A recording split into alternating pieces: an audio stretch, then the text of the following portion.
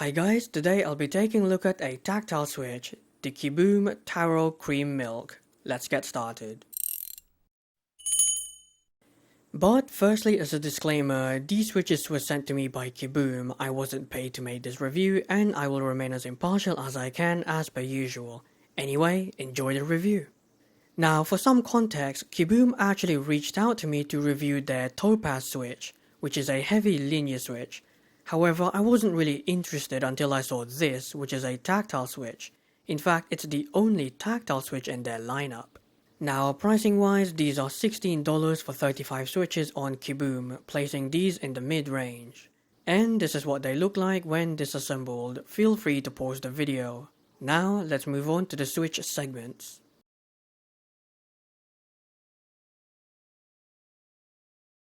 On-center key presses are relatively smooth with very minor scratchiness and inconsistencies.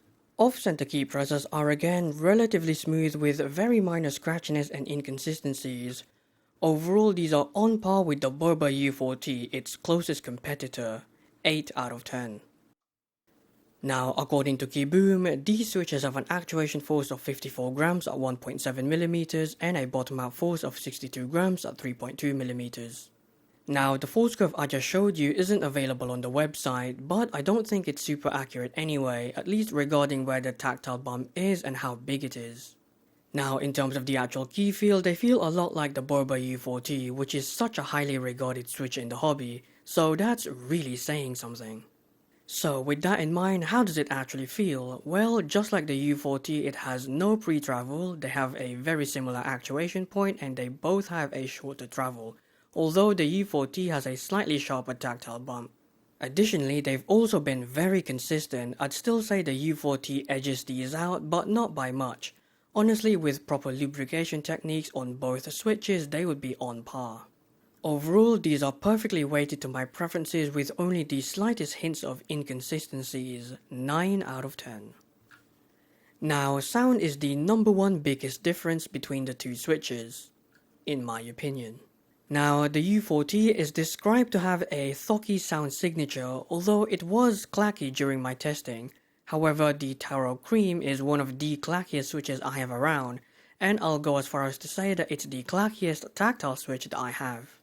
Overall, I love how these sound. I would be happy typing on these just for their sound alone. It's honestly amazing.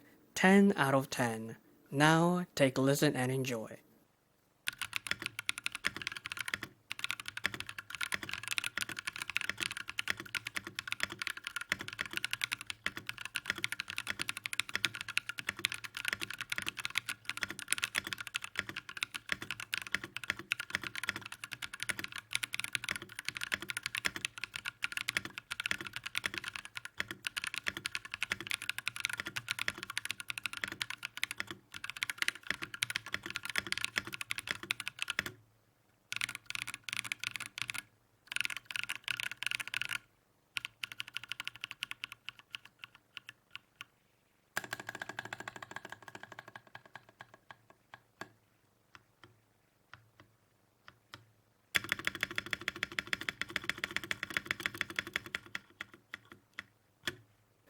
Now, it's no secret I love tactile switches for typing, however, let me start with the downsides first.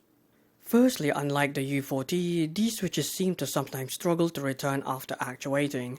They have a sometimes sluggish feel to them, especially when a key is held down longer than usual. It was quite noticeable very early on, but it's no longer an issue.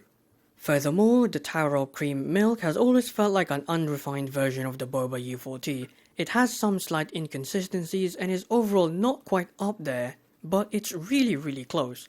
I mean, the U4T I tested also had issues, so neither switch is perfect. But at this stage, I'd take the U4T. However, even with all its faults, these are still an absolute gem to type on. Just be aware that these have a harder bottom out compared to the U4T. I personally didn't really mind it though. Overall, these are definitely top tier switches. They're smooth, consistent, and barely have any faults. 8 out of 10. Now, I also like using tactile switches for gaming, although there have been a bunch of linear switches I have preferred over tactiles in this segment. Anyway, just like with typing, the exact same issue of some of the switches struggling to return after actuating persists here. although after a few days it was no longer an issue. Now, performance-wise, they were great in both fast and slow-paced games, although in slower-paced games I tend to overshoot my movements given their high tactile nature, so they were a bit jarring in that regard. However, I got used to them very quickly and it's otherwise now a pleasant switch to game on. Overall, I like these for gaming. They are smooth, consistent, reliable, and actually tactile enough for most games I play. I even slightly prefer it over the U4T in many cases. 8 out of 10. In conclusion, these are essentially budget Boba U4Ts. They perform in a similar level but for a more affordable price tag.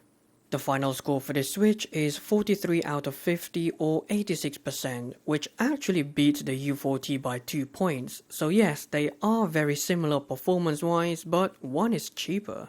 And that's the end of the review, and next time I think I'll go back to testing more speed switches. Anyway, until then, take care and goodbye.